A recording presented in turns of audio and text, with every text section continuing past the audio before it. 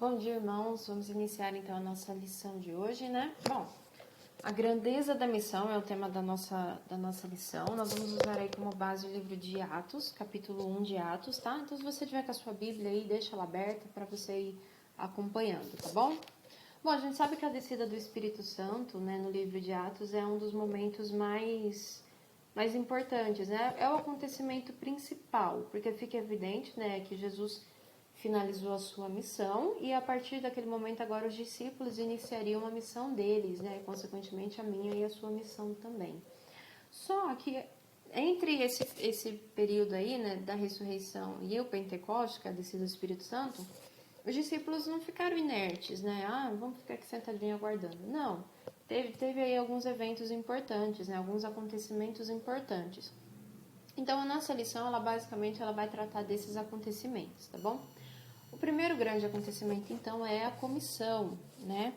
Jesus, então, chama ali, comissiona os seus discípulos, né, para a missão que eles teriam que cumprir agora que Jesus estava voltando, né, para o céu. Logo no início do capítulo, os discípulos, eles fazem um questionamento, né? O Senhor irá restaurar o reino a Israel? Porque os discípulos ainda tinham aquela visão de que Jesus, ele iria restaurar a glória de Israel, que o reino de Deus, na verdade, seria um reino territorial, seria um reino governamental, um reino institucionalizado, né, que teria um governante que dominaria sobre todos, e que além disso seria um reino exclusivista, ou seja, seria um reino para o povo somente para os judeus, né? Então eles tinham essa visão ainda de que todo o plano da salvação, que todo o projeto de Jesus, que tudo que aconteceu era voltado apenas aos judeus, era exclusivo a eles. Só que aí Jesus, né, na sua maravilhosa misericórdia e paciência, ele abre a visão dos discípulos, né, ele muda a visão dos discípulos, né, ele mostra para ele a divergência que tem ali dos pensamentos e ele mostra para os discípulos o que de fato ele havia planejado, que era bem diferente do que os discípulos estavam esperando. Então, a primeira coisa que Jesus ele deixa claro é que o reino de Deus é um reino espiritual e não territorial. Né? Não é um reino que você não vai achar no mapa. Ah, vamos achar o reino de Deus no mapa. Não dá para achar porque não tem. É um reino espiritual. O reino de Deus, então, ele é o estabelecimento dos mandamentos na vida do seu povo através do Espírito. Ou seja, o reino de Deus ele cresce à medida que os seus seguidores são testemunhas, à medida que os seus seguidores são soldados que carregam uma mensagem de paz, que é a mensagem da salvação. Tá? Então, o reino de Deus ele é instituído dessa forma. Ele cresce à medida que as boas novas do Evangelho são anunciadas, são passadas, são aceitas, tá? Então, o reino de Deus ele cresce, então, pela atuação do Espírito Santo, né? E não é pela atuação de força bélica, né? Usar de armas, né? Usar de intriga ou usar da politicagem, da política. Não tem nada a ver com isso, tá? O reino de Deus ele cresce por atuação do Espírito Santo. Então, quanto mais pessoas conhecerem e reconhecerem Jesus como Senhor e Salvador, mais o reino de Deus se expande, porque é um reino espiritual. Segundo ponto, é um reino internacional. Os discípulos achavam que seria um reino focado apenas para os judeus, né, para o reino de Israel. Mas aí Jesus deixa claro que não é só para vocês, é para o mundo inteiro, é para todas as nações, é para todas as tribos, para todo tipo de gente, né? Não é um reino exclusivista, é um reino internacional. John Stott ele fala, né, que o reino de Deus, mesmo não sendo incompatível com o patriotismo, não tolera o nacionalismo estreito. Ele domina sobre uma comunidade internacional em que raça, nação, posição e sexo não são barreiras para a comunhão. E quando o seu reino for consumado, no final, a inumerável multidão dos remidos será recolhida de todas as nações, tribos, povos e línguas. Então, é um reino muito, muito top. Ele é internacional, ele é para todo mundo. E por fim, o reino de Deus ele é abrangente. O questionamento dos discípulos também mostra uma referência de tempo, né? Senhor, é este o tempo, né, que o Senhor vai restaurar Israel? É agora que o Senhor vai devolver o reino para Israel? E aí Jesus ele fala, olha, não cabe a vocês conhecer os tempos, não é papel de vocês saberem isso. Isso é mistério divino, né? Quando isso vai acontecer, não é da conta de vocês. O que vocês têm que saber, né? Que é o que ele deixa claro para os discípulos lá e também tem que ficar claro para nós hoje. O que importa para a gente é que nós recebemos poder para sermos testemunhas, né? O Espírito Santo, então, lá no caso, o Espírito Santo viria ainda, né, para capacitá-los para isso, mas hoje, para mim e para você, ele já veio, então nós somos testemunhas. Então, pra gente não importa quando, né, vai acontecer, a gente precisa ter em mente que vai, né? Jesus, ele vai retornar. Então, enquanto ele não retorna, o nosso papel, então, é permanecer testemunhando, permanecer levando ao máximo de pessoas que a gente conseguir levar, tá bom? Então, nós somos seguidores de Cristo, devemos anunciar o que ele realizou na primeira vinda dele e convocar, né, as pessoas, então, para aguardar também com a gente o retorno dele, né, a segunda vinda dele. Bom, agora falando da ascensão também, né, que é o que acontece em seguida, né? Então, depois de ter dito isso, Jesus foi elevado às alturas. Tem algumas contradições, né? E uma das mais famosas é em relação ao local. Por quê?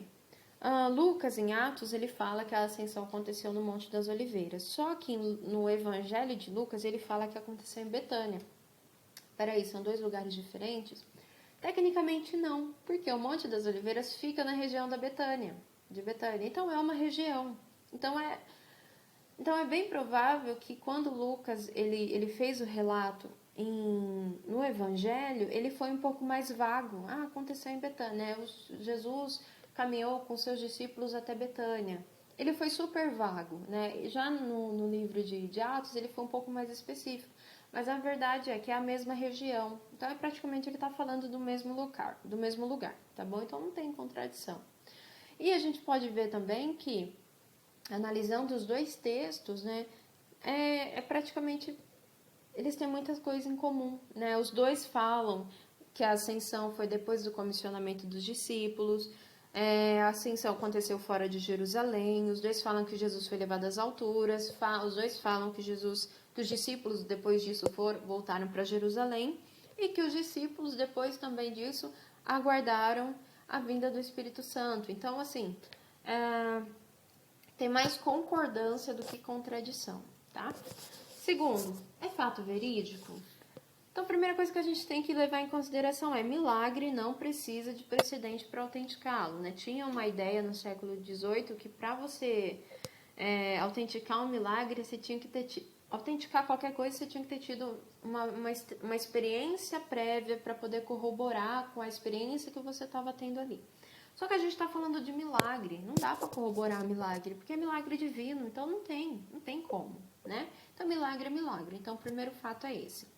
Segundo, a ascensão ela é um fato aceito em todo o Novo Testamento. Então, tem vários versículos que fazem menção a este momento, tá? Então, se vocês quiserem esses textos, me falem que depois eu passo para vocês.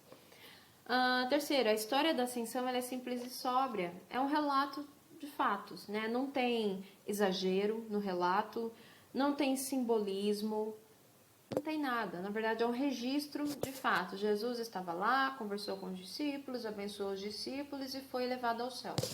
Pronto, né? Não tem muito que, não tem. É simples, aconteceu isso e isso. Tá lá o fato. E tem testemunhas, né? Só no relato de Lucas, ele faz 5 menções a respeito de pessoas que viram, né, e comprovaram a ascensão, né, que participaram ali da ascensão. E a ascensão é também o término das aparições de Jesus. Por quê? Jesus ressuscitou e aí ele ficava aparecendo para os discípulos, né? Ele aparecia, trocava uma ideia e depois ele desaparecia. Ele voltava, trocava uma ideia e depois ele desaparecia. A ascensão ela foi importante porque ela aconteceu de maneira pública, para que os discípulos então pudessem entender que aquele era o último momento que eles veriam Jesus fisicamente, né? Essa partida de Jesus seria a partida definitiva, que a partir dali agora eles teriam que aguardar somente a descida do Espírito Santo e não mais Jesus, né, fisicamente ali caminhando com eles, como eles estavam acostumados. E qual o valor disso, né? No versículo 10, tem o aparecimento de 2 varões, né? Jesus sobe, esses 2 varões, eles aparecem e eles trazem uma mensagem importante, que é: a missão de Jesus foi cumprida, pelo menos até a sua volta. Segundo, ele vai voltar, tá? Lucas 21, 27. Então verão o Filho do Homem vindo numa nuvem com poder e grande glória. Ele vai voltar. E por fim, até a volta de Cristo, os crentes têm que ser testemunhas. Então começou lá com os discípulos, né? Eles começaram a testemunhar lá e isso foi passando. Foi passando tanto que chegou até nós. E agora é o nosso momento de continuar isso, né? De continuar testemunhando. Bom, oração. Todos estes perseveraram unânimes em oração. Os discípulos, as mulheres que estavam juntos, a mãe de Jesus, os irmãos de Jesus e o pessoal que foi chegando depois, perseveraram juntos em oração, unânimes em oração. A ideia aqui do unânime é que eles oravam com mente, propósito e coração únicos. Tudo que eles faziam com isso em mente. Ele vai voltar. Todo o trabalho, tudo que eles iam fazer, eles sempre tinham isso em mente. Ele vai voltar, Jesus vai voltar. Então, dessa forma, eles prosseguiram, né? Eles continuaram a sua caminhada. E, por fim, o último evento importante aqui, antes da descida do Espírito Santo, foi a escolha do novo discípulo, né? Do novo apóstolo.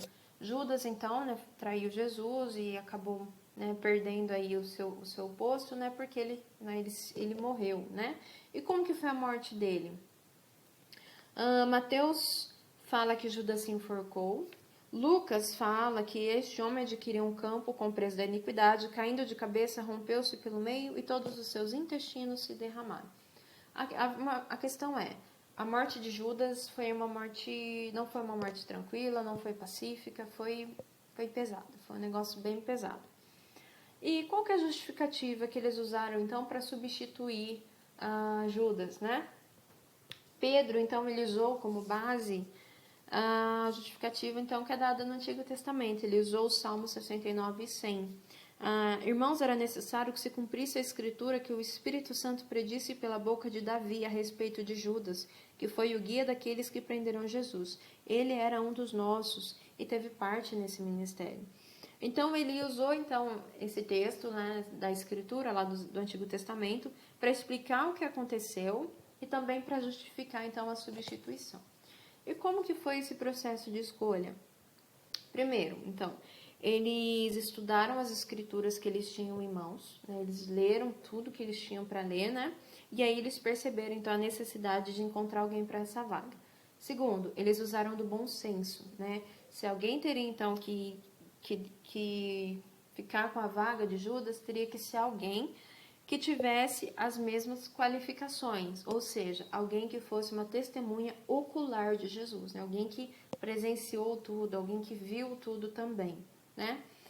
E aí, depois disso, eles pediram então discernimento a Deus, né? Eles oraram pedindo sabedoria a Deus e, por fim, lançaram sortes, né? É um processo que eles usavam na época, que eles criam que Deus revelava sua vontade através desse procedimento aí. Então, eles fizeram isso e o escolhido foi, então, Matias. Matias, então, substituiu Judas, tá?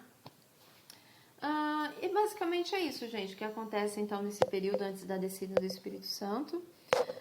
Nós, então, finalizamos o capítulo 1, né, de Atos. E aqui, então, a gente finaliza da seguinte forma, né, com os discípulos, né, lá em Jerusalém, esperando, perseverando em oração, com o seu pensamento, com o seu coração, prontos ali para cumprir, né, a ordem que Jesus deu, que era de levar as boas novas, né? Eles, assim que Jesus então cumprisse a sua promessa de mandar o Consolador. Então aqui é o momento que eles estão aguardando, né, a descida do Espírito Santo. Essa promessa já foi cumprida, então hoje essa promessa ela já foi concretizada, tá? O Espírito Santo ele está agindo em nós e que eu e você então possamos entender, né, a grandiosidade da missão, né, que nós possamos nos empenhar para cumprir então essa missão que foi passada lá atrás para os discípulos e hoje ela é nossa também. Amém? Que Deus abençoe vocês, pessoal. Até a próxima.